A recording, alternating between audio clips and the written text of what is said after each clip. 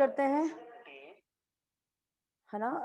sp hybridisation में एक s और एक p ऑर्बिटल आपस में मिक्स हो रहे हैं बच्चों, है ना। और जब दो ऑर्बिटल आपस में मिक्स हो रहे हैं तो दो नए हाइब्रिडाइज ऑर्बिटल बन रहे हैं। और जो हाइब्रिडाइज ऑर्बिटल होते हैं वो कैसे होते हैं, उसका एक लोब बड़ा होता है और एक लोब छोटा होता है, ठीक है। अब देखिए एक s और एक p मिलके दो sp हाइब्रिडाइज ऑर्बिटल बना रहे हैं और दोनों ही sp हाइब्रिडाइज ऑर्बिटल हैं बच्चों। और ये आपस में किस तरह से ये अपने आप को रखते हैं स्पेस में, कुछ इस तरह से रखते हैं लीनियरली, ठीक है। तो इनके बीच का जो बॉन्ड एंगल होता है वो कितना होता है, 180 डिग्री, ठीक है। और शेप क्या होता है, लीनियर होता है, ठीक है। तो शेप लीनियर होता है 180 डिग्री। इसका एग्जांपल हमने देखा था BeF2, राइट। हमने आपसे कहा था कि बेरिलियम जो है, अभी मैं नोट्स इसके भी भेज दूंगी, बस हाइब्रिडाइजेशन के नोट्स मैंने बचा लिए ताकि मैं एक बार आपको पढ़ा दूं। तो बेरिलियम में मैंने आपको बताया था कि कॉन्फ़िगरेशन जो होता है वो होता है 2s2 2p1, ठीक है। हालांकि सॉरी 1s2 2s2 होता है, लेकिन 1s आपका पार्टिसिपेट करता नहीं है, तो केवल 2s2 होता है।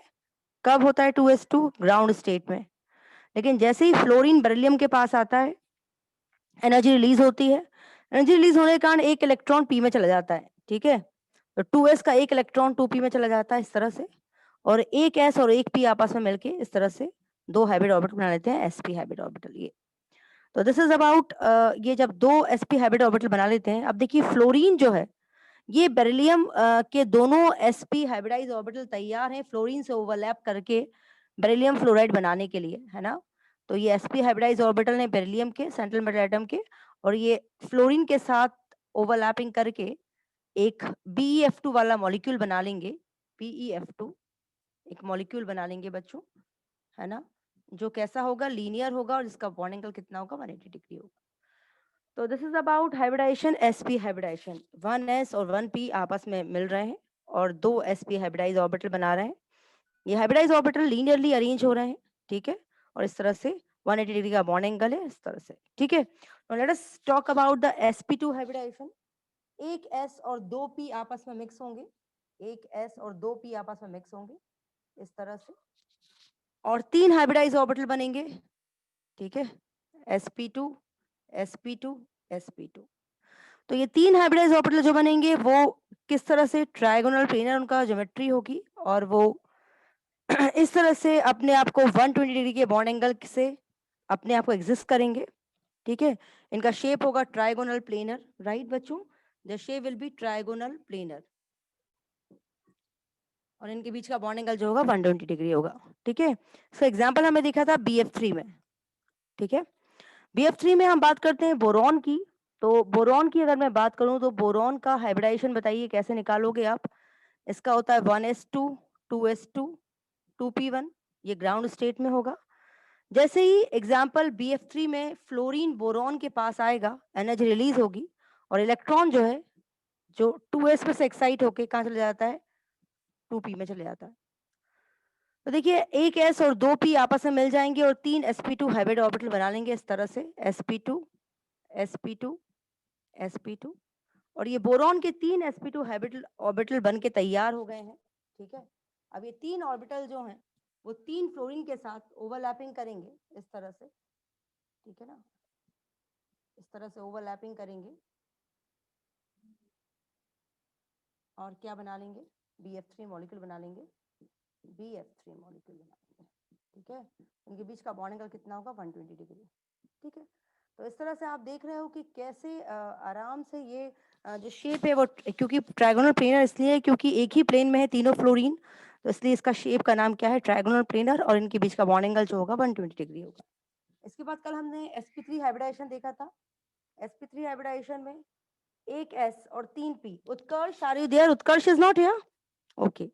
एक s और तीन p, है ना, आपस में इस तरह से क्या हो रहे हैं बच्चों, मिक्स हो रहे हैं, और चार sp3 हाइब्रिड ऑर्बिटल बना रहे हैं, एक दो तीन चार। तो ये चार sp3 हाइब्रिड ऑर्बिटल बना रहे हैं, ठीक है। कार्बन की बात करें, कार्बन में sp3 हाइब्रिडाइजेशन होता है, क्या होता है, 2s2 2p2, है ना। This is the ground state. जैसे ही हाइड्रोजन कार्बन के पास आएगा, एनर्जी रिलीज होगी और एक इलेक्ट्रॉन कूद के S से P में चला जाएगा। देखिए एक इलेक्ट्रॉन यहाँ और 3 P में, तो ये आपस में मिक्स हो जाएंगे और 4 sp3 हाइब्रिड ऑर्बिटल बना लेंगे। ठीक है, कौन कौन से देखिए 1 2 3 4, तो ये 4 sp3 हाइब्रिड ऑर्बिटल बन के तैयार हो गए, है ना। देखिए 1 2 3 4, ये 4 आपस में किस तरह से अरेंज करेंगे स्पेस में, इस तरह से। ठीक है, इन सब के बीच का बॉन्ड एंगल कितना होगा 109 109 109। ठीक है, अब 4 हाइड्रोजन जो है वो उनके साथ ओवरलैपिंग करेंगे और इस तरह से CH4 मॉलिक्यूल बन जाएगा। इसे टोकी अदिति आद्रिका समझ में आ रहा है? अनुष्का की, है ना। तो नाइट्रोजन का अगर कॉन्फ़िगरेशन बात करें तो क्या होगा मुझे बताइए, 2s2 2p3। ठीक है, तो देखिए 2s में इलेक्ट्रॉन का पेयर है और ये 2p3 है। नाइट्रोजन है ये, यहाँ पर जैसे ही हाइड्रोजन आएगा क्या होगा, हाइब्रिडाइजेशन होगा, एक s और 3 p आपस में हाइब्रिडाइज करके 4 sp3 हाइब्रिड ऑर्बिटल बनाएंगे। देखिए एक में तो लोन पेयर है इस तरह से, और 3 में एक इलेक्ट्रॉन होगा, 1 2 और 3 में एक इलेक्ट्रॉन होगा, और तीनों ऑर्बिटल जो है वो हाइड्रोजन के साथ क्या करेंगे बेटा, बॉन्ड बना लेंगे। तो इस तरह से ये NH3 मॉलिक्यूल बन गया, जिसमें ऊपर NH3 के ऊपर एक लोन पेयर है, यहाँ पर हाइड्रोजन है। और देखिए because of the lone pair bond pair repulsion, bond angle जो है इसका थोड़ा सा 109 से कम हो जाएगा, दैट इज 107 हो जाएगा। और इसका जो टेट्राहेड्रल शेप है वो डिस्टॉर्ट हो जाएगा। डिस्टॉर्टेड टेट्राहेड्रल मतलब इसकी ज्योमेट्री हो जाएगी पिरामिडल। ठीक है, डिस्टॉर्टेड, इसको क्या बोलते हैं, डिस्टॉर्टेड टेट्राहेड्रल या फिर पिरामिडल। ये हमने कल पढ़ा था। इसके बाद कल हमने एक और एग्जांपल लिया था, हमने एग्जांपल लिया था किसका, वाटर का भी एग्जांपल लिया था हमने, H2O में एग्जांपल लिया था हमने वाटर का। ऑक्सीजन का हमने क्या दिया था, कॉन्फ़िगरेशन क्या होता है, 1s2 2s2 2p2, right, sorry 2p4 होता है ना। 1s2 तो पार्टिसिपेट करता नहीं है, हटा दीजिए इसको। जैसे ही हाइड्रोजन ऑक्सीजन के पास आएगा इसमें हाइब्रिडाइजेशन हो जाएगा, एक s और 3 p आपस में मिलके 4 sp3 हाइब्रिड ऑर्बिटल बना लेंगे, जो कुछ इस तरह से अरेंज हो जाएंगे। ये देखिए 2 में तो लोन पेयर है तो ये ओवरलैपिंग करेंगे नहीं, कि ओवरलैपिंग के लिए अनपेयर्ड इलेक्ट्रॉन का होना जरूरी है। तो ये 2 हाइड्रोजन के साथ क्या करेगा, सिग्मा बॉन्ड बना लेगा इस तरह से। ठीक है, तो देखिए वाटर जो है उसमें ऑक्सीजन जो है ये सेंट्रल मेटल एटम है, ये 2 हाइड्रोजन के साथ सिग्मा बॉन्ड बना लेगा और 2 उसके ऊपर लोन पेयर रहेंगे। इज इट क्लियर बच्चों, बोर्ड क्लियर है? कुछ C2H4 का मैंने आपसे कहा था कि कार्बन का जब भी डबल बॉन्ड होगा कार्बन में, है ना, तो मतलब समझ जाइए कि वो अल्कीन है, और अल्कीन है मतलब उसमें sp2 हाइब्रिडाइजेशन है। ठीक है, तो sp2 हाइब्रिडाइजेशन है। हेलो, हाँ, गुड आफ्टरनून सर। सर मेरी क्लास चल रही है, मैं आपको 10 मिनट में कॉल करूंगा, 10-15 मिनट में। ठीक है सर, चलिए चलिए, हाँ हाँ बच्चों। तो देखिए ये C2H4 है ना, तो यहाँ पर आप करिए 1s2, ये 2s2, ये 2p आपका हो जाएगा 2p2। ठीक है, 2s2 2p2, this is carbon. Again electron hydrogen approach करेगा, तो यहाँ पर देखिए इलेक्ट्रॉन जो है वो यहाँ से पहुंच के आपका यहाँ आ जाएगा। ठीक है, अब देखिए sp2 हाइब्रिडाइजेशन है, एक s और 2 p आपस में मिलकर 3 sp2 बना रहे हैं। लेकिन याद रखिए बच्चों, ये वाला जो pz है, ये लास्ट वाला ऑर्बिटल, ये हाइब्रिडाइजेशन नहीं कर रहा है, मतलब ये अनहाइब्रिडाइज्ड ऑर्बिटल है। देखिए जो अनहाइब्रिडाइज्ड ऑर्बिटल है वो हमेशा पाई बॉन्ड बनाता है, ये बात दिमाग में बैठा लीजिए। जो अनहाइब्रिडाइज्ड ऑर्बिटल है वो पाई बॉन्ड बनाता है, और जो हाइब्रिडाइज्ड ऑर्बिटल है वो सिग्मा बॉन्ड बनाते हैं। तो ये आप दिमाग में बैठा लीजिए। तो यहाँ पर कितने हाइब्रिडाइज्ड ऑर्बिटल हैं, 3, तो ये 3 सिग्मा बॉन्ड बनाएंगे और एक पाई बॉन्ड बनाएगा। अब sp2 हाइब्रिड हाइब्रिडाइजेशन है, मतलब कि इसका जो शेप होगा वो कैसा होगा, ट्रायगोनल प्लेनर, मतलब कुछ इस तरह से कार्बन के जो ऑर्बिटल्स होंगे sp2 वो कुछ इस तरह से अरेंज होंगे। लेकिन यहाँ पर आप देख रहे हैं 2 कार्बन है, तो दूसरा कार्बन होगा उसके ऑर्बिटल भी कुछ इस तरह से अरेंज होंगे बच्चों। देखिए इस तरह से अरेंज होंगे, राइट। देखिए एक sp2 ये, एक sp2 ये, एक sp2। जैसे मैंने अभी आपको बताया कि हाइब्रिडाइज ऑर्बिटल हमेशा सिग्मा बॉन्ड बनाते हैं, तो कार्बन कार्बन के बीच में एक सिग्मा बॉन्ड तो ये बन गया, एक हाइड्रोजन के साथ सिग्मा बॉन्ड बनाएगा वो, एक ये वाले हाइड्रोजन के साथ सिग्मा बॉन्ड बनाएगा, हाइड्रोजन के साथ सिग्मा बॉन्ड बनाएगा, हाइड्रोजन के साथ सिग्मा बॉन्ड बनाएगा, ठीक है। लेकिन दोनों के पास आपने देखा था एक अनहाइब्रिडाइज ऑर्बिटल भी था ना बच्चों, उससे वो साइड वाइज ओवरलैपिंग करेंगे और पाई बॉन्ड बना लेंगे। तो आप देख रहे हैं कार्बन और कार्बन के बीच में एक सिग्मा बॉन्ड है और एक पाई बॉन्ड है, और हर कार्बन से 2 हाइड्रोजन जुड़े हुए हैं जो सिग्मा बॉन्ड बना रहे हैं। इज इट क्लियर बच्चों? Is it clear? Ma'am yes yes बेटा। मैम हाँ मैं फिर से बता देती हूँ, ये समझ में आया आपको? C2H2 यस मैम ऐसे कर दूं अदिति? देखो क्या प्रॉब्लम है NH3 में, कुछ भी नहीं, देखो 2s2 2p3 ये कॉन्फ़िगरेशन होता है, ठीक है। अब देखिए यहाँ पर एक्साइट होने के लिए कोई दूसरे ऑर्बिटल तो है नहीं कि हाइड्रोजन आएगा तो वो एक्साइट होके, क्योंकि ऑर्बिटल ही नहीं है ना, sp3 हाइब्रिडाइजेशन है, सब भरे हुए हैं, तो एक्साइट होके वो कहाँ जाएगा? तो एक्साइटेशन यहाँ नहीं होता। तो एक s और 3 p आपस में मिक्स होकर sp3 हाइब्रिड ऑर्बिटल बना रहा है। मतलब कितने हाइब्रिड ऑर्बिटल बनेंगे? 4, 1 2 3 4। देखिए 4, 1 2 3 और 4, ठीक है। अब देखिए एक में तो लोन पेयर है तो ये लोन पेयर रहेगा, और वैलेंस बॉन्ड थ्योरी क्या कहती थी कि जिसमें भी लोन पेयर होता है वो कभी भी कोवलेंट बॉन्ड नहीं बनाता, तो ये कोवलेंट बॉन्ड नहीं बनाएगा। लेकिन ये तीनों क्या है? अनपेयर्ड है, तो ये तीनों के तीनों 3 हाइड्रोजन से मिलकर क्या बना लेंगे? सिग्मा बॉन्ड बना लेंगे। ये बना लिया सिग्मा बॉन्ड, ये 3 हाइड्रोजन के साथ सिग्मा बॉन्ड बना लिए, और एक जो है वो लोन पेयर। तो अमोनिया का स्ट्रक्चर कैसा होता है? ऐसे ही तो होता है, एक लोन पेयर होते हैं, 3 हाइड्रोजन होता है, और because of lone pair bond pair repulsion, देखिए टेट्राहेड्रल होना चाहिए ना sp3 हाइब्रिडाइजेशन है तो, लेकिन because of lone pair bond pair repulsion जो शेप है वो डिस्टॉर्टेड टेट्राहेड्रल या फिर पिरामिडल हो जाएगा, और बॉन्ड एंगल 109 होना चाहिए, पर क्योंकि lone pair bond pair repulsion है तो 107 हो जाएगा। Is it okay?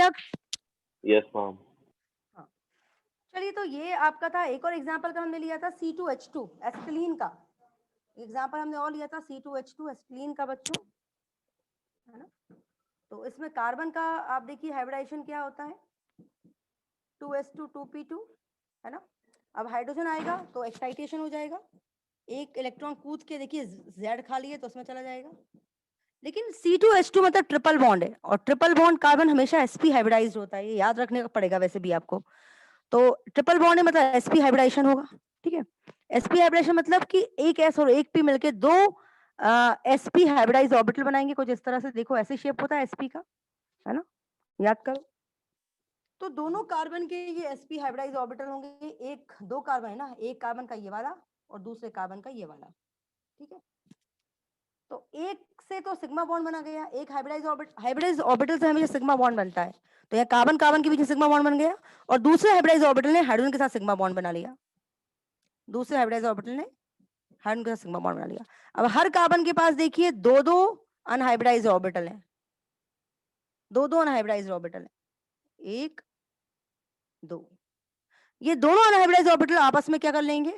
Side wise overlapping करेंगे और पाई बॉन्ड बना लेंगे। तो देखिए 2 पाई बॉन्ड बन गए, 1 और 2।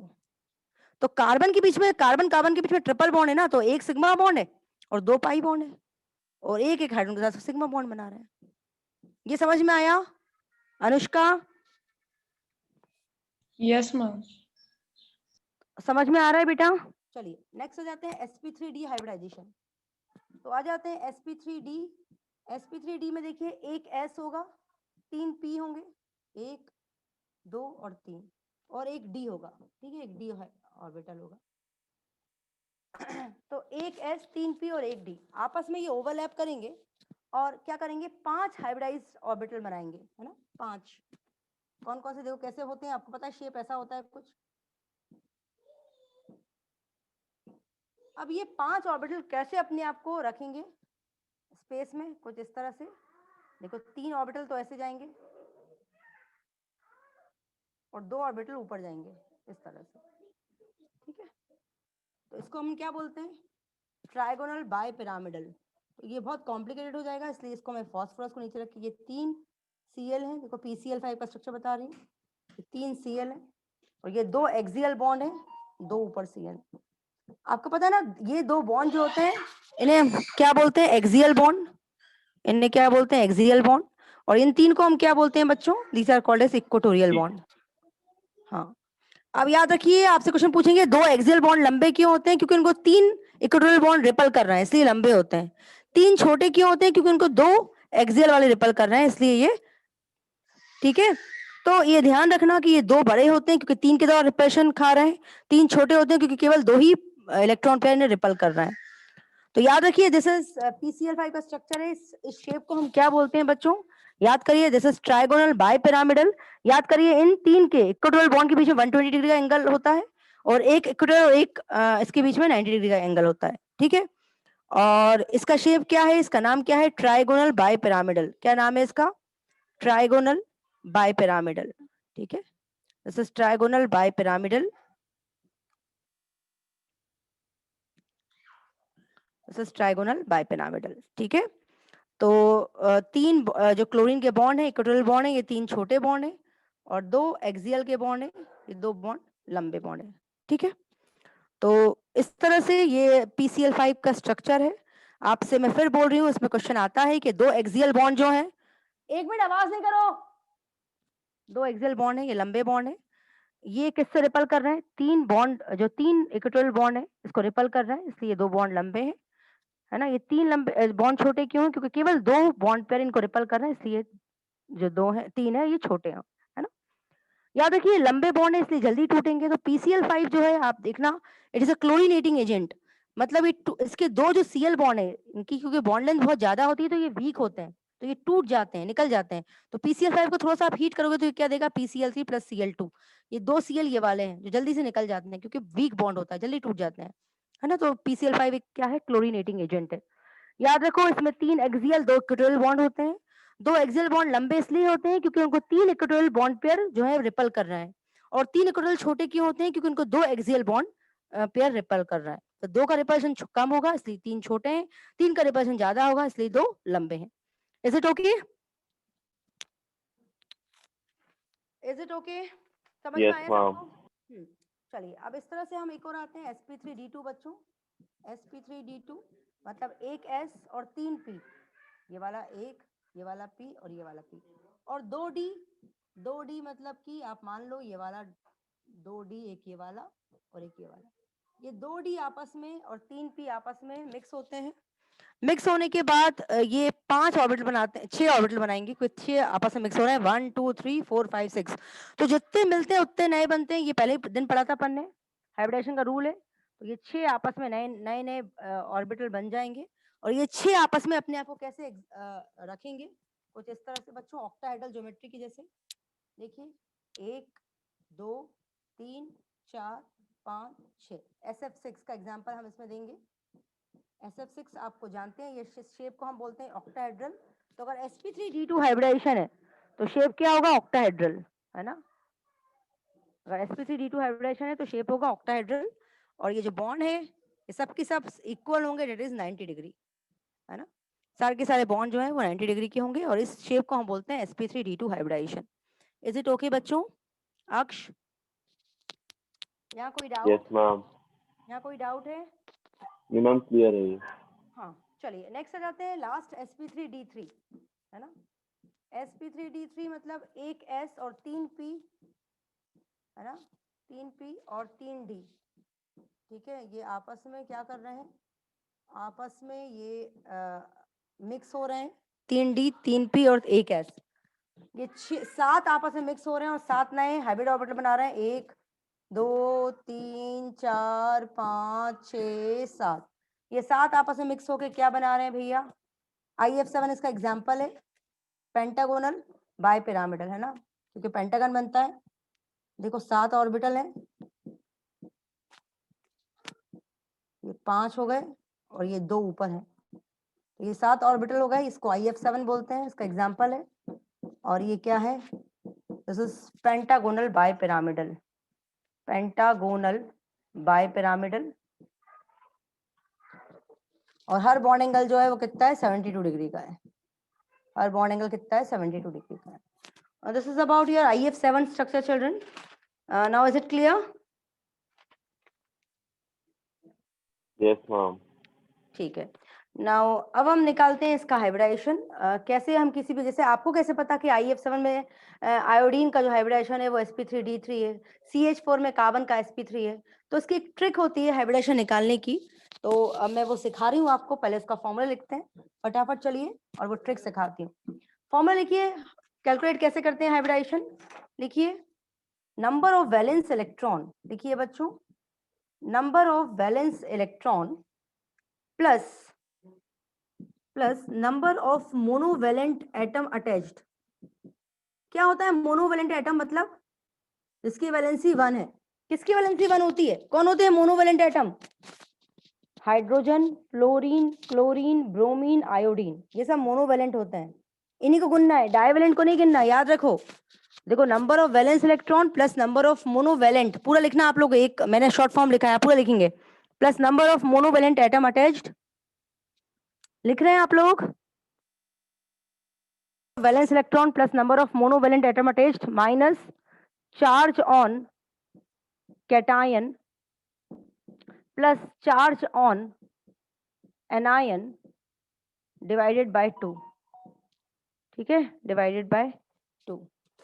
लिख लिया? लिखो आप जल्दी से फटाफट, फिर हम इस फॉर्मूला को रखकर बहुत सारे निकालते हैं। क्या निकालते हैं?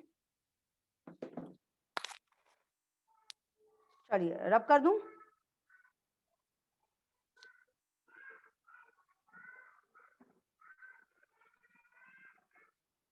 रब कर दूं? Yes, ma'am.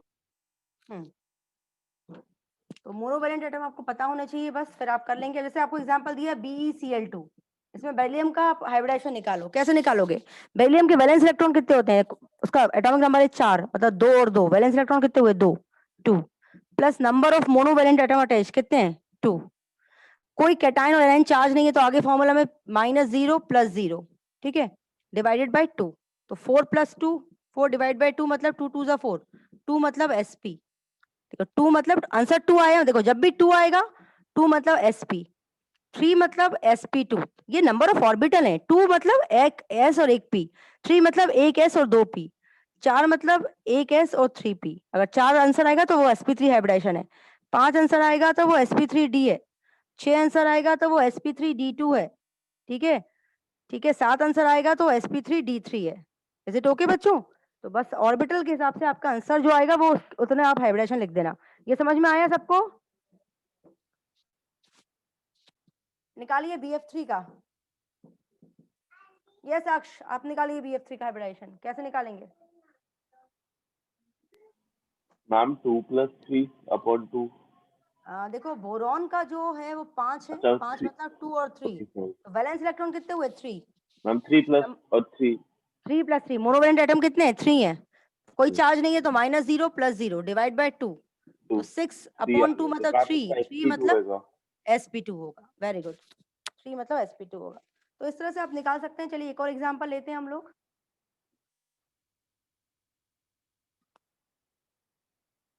रब कर दूं? NO3 negative. यस अदिति, अब तुम बोलो। अदिति बोलो, फिर तुम चले यस जाना। बस मैम। एक तो एग्जांपल बोलो, चले जाओ। हाँ बोलो, नाइट्रोजन का। मैम 5 वेरी गुड बेटा, और +0 very good, very good Aditi. -0 + 1 but very divide good. By 2। कितना होगा अदिति? 3 मतलब sp2 है 3 ना Aditi? sp2 yes ma'am. Very good, इतना आसान है। तुम इतनी इंटेलिजेंट लड़की हो यार, ये सब छोटी मोटी चीजें तुम्हें ऐसी ही आ जानी चाहिए। चलो SF4, SF4। आद्रिका तुम, अनुष्का तुम कहाँ चुप बैठी हो? अनुष्का बोलो SF4 का, सल्फर का। अनुष्का, हाँ मैम। अनुष्का, हाँ मैम, जल्दी बोलो। SF4 का मैम, हाइब्रिडेशन में सल्फर। यस यस अक्ष। Ma'am five. NO3 में +0 क्यों करा है? किसमें बेटा? NO3 में. कहाँ करा +0? ये तो पर इसलिए डाइवेलेंट है ना baby. Oxygen is divalent. Monovalent किसको प्लस करना है? हाइड्रोजन को, फ्लोरीन को, क्लोरीन को, ब्रोमीन को, आयोडीन को। 10 बार बोल रही हूँ, केवल यही मोनोवेलेंट होते हैं। फॉर्मूले में क्या लिखा है? Valence electron mono. Plus monovalent atom. हाँ, तो ऑक्सीजन तो डाइवेलेंट है, तो ऑक्सीजन को ले ही नहीं सकते, इसलिए उसने +0 कहा है अदिति ने। यस अनुष्का, तुम्हारा टर्न है। अनुष्का, सल्फर के वैलेंस इलेक्ट्रॉन बोलो। अनुष्का, भी मैंने बताए थे कितने होते हैं? सिक्स अनुष्का 6, वेरी गुड बेटा। प्लस मोनोवेलेंट कितने एटम अटैच्ड है? 4 4। कोई चार्ज है क्या? नहीं है। -0 + 0 डिवाइड बाय 2, तो 10/2 मतलब 5। 5 मतलब sp3d। सो सिंपल है ना अनुष्का? हाँ मैम। कोई बात नहीं, हाँ मैम इतनी आसानी से नहीं छोड़ूंगी बेटा। मैम CO3 मैंने माइनस 5 बोला था। हाँ चलो ठीक है, अब कोई बात नहीं। CO3 - 2 कार्बोनेट का कार्बन का बोलो। मैम दिख नहीं रहा। अयो चलो मैं यहाँ पर कार्बोनेट CO3 - 2। अनुष्का बेटा शुरू हो जा। अनुष्का जल्दी करना। मैम बैलेंस कितना होता है? कार्बन का, कार्बन के कितनी वो होते हैं एटॉमिक नंबर? कार्बन का कितना होता है? 6। मैम 2 और 4। 4 4 प्लस। अनुष्का आगे बोलो। मैम 0 होगा। 0 होगा, वेरी गुड बेटा। माइनस 0 ही होगा। 0 होगा, प्लस 2 2 डिवाइड बाय 2। 6/2 3 मतलब sp2 है ना अनुष्का? हाँ वेरी गुड। अब अनुष्का बोलेगी। अनुष्का नहीं, हाँ अनुष्का नहीं, आद्रिका बोलेगी। चुप रहो, आद्रिका बोलेगी। Yes Adrika, PO4 - 3 Adrika. आद्रिका तुम हो कि चली गई हो ना आद्रिका? आद्रिका, रानिया से बोलने से मतलब नहीं है। रानी का तो वो हमेशा स्पीकर खराब कर लेती है, वो बोलती ही नहीं है। यस बोलो। यस बेटा। आद्रिका, आद्रिका समझ में आ रहा है? अक्ष तुम बोलो चलो। अक्ष। Yes, ma'am. Ma'am, 5 + 0 5 + 0 plus -0 -0 plus 3 + 3 by 2. हाँ 8/2 4 हाँ sp3। वेरी गुड, हो गया। तो सिंपल, ठीक है। चलो अदिति तुम तो जाओ, हम 1-2 एग्जाम्पल करके हम इन लोग को भी भेज रहे हैं। 2 ये कौन करेगा? यस नेक तुम करोगे। XCO2F2 नेक दिख रहा है बोर्ड? मैम नहीं दिख रहा है। अच्छा ठीक है, तो मैं यहाँ लिख देती हूँ, फटाफट उतारो। XeF4 XeF4 का निकालो जल्दी से फटाफट। 6। 8 + 4 sp3d डिवाइड बाय 2 12/2 6 6 मतलब हाइब्रिडेशन क्या हुआ? sp3d2। sp3d2, वेरी गुड बेटा, ठीक है ना? तो H2S निकालो। H2S H2S निकालो। 3। मैम sp3 S का क्या होगा? 6 प्लस मोनोवेलेंट कितने? 2 -0 + 0 डिवाइड बाय 2 8/2 मतलब 4 मतलब sp3, ठीक है ना? तो इस तरह से हम बहुत सारे मॉलिक्यूल का निकाल सकते हैं। PCl5 का निकाल लो एक बार। PCl5 निकाल लिया क्या? देखो जरा। मैम निकाल लिया PCl5 PCl5। निकाल लिया। तो इस तरह से बहुत सारे मॉलिक्यूल हम ले सकते हैं बच्चों। आप चाहो तो SO3 का भी निकाल सकते हो, है ना? You can be able to find out the SO3 also. SO3 का निकाल लो, ठीक है? तो अभी कोई डाउट हो उसमें तो मुझसे पूछो, क्योंकि कल मैं MOT स्टार्ट करूंगी, फिर कल नहीं मंडे संडे